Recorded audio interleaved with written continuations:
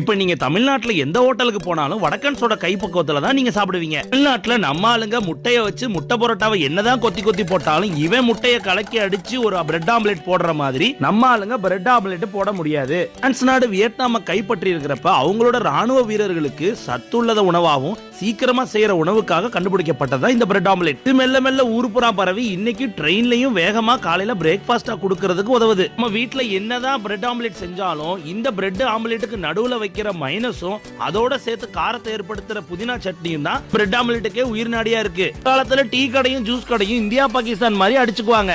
இன்னைக்கு சென்னையில முக்காவாசி இடங்கள்ல டீ கடையும் பழக்கடையும் சேர்ந்துதான் நடக்குது. அதுலயும் முக்கியமா சாண்ட்விச், பிரெட் ஆம்லெட், மேகி இது மூணும் தான் சக்க போடுது. பாக்கெட்ல 80 ரூபாயில இருந்து 100 ரூபாய் இருந்துச்சுன்னா வயிற்று நிரப்பி ஆரோக்கியமா சாப்பிட்டுட்டு போலாம். மாதிரியான கடையில நீங்க சாப்பிட்டு இருந்தீங்கன்னா கமெண்ட் பண்ணுங்க. இந்த போறப்பு தான் நல்லா ருசிச்சு சாப்பிட கிடைச்சது.